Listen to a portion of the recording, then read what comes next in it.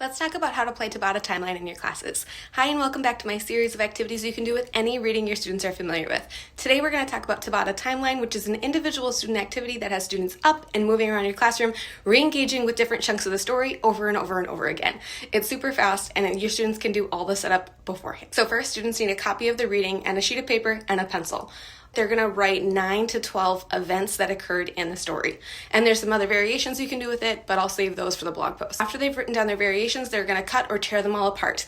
I like to have them write their name on the back of them just because, sometimes one gets dropped on the floor or whatever. You want to be able to get it back to the set it belongs to. Next, they're going to scramble them all up. Here's where the Tabata part comes in. Students are going to listen to the Tabata timer, which is usually time for work and time for rest, if you're familiar with that workout method.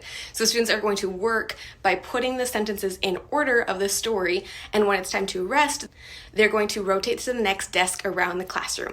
You can do this as long as you want, as long as your students are engaged, but since they're moving pretty fast, they're usually really into this. Like I mentioned, there's several variations you can do with it, and I'll explain those all in the blog post that I'll link in my bio. Make sure you follow along and check out my page for the next video in this series.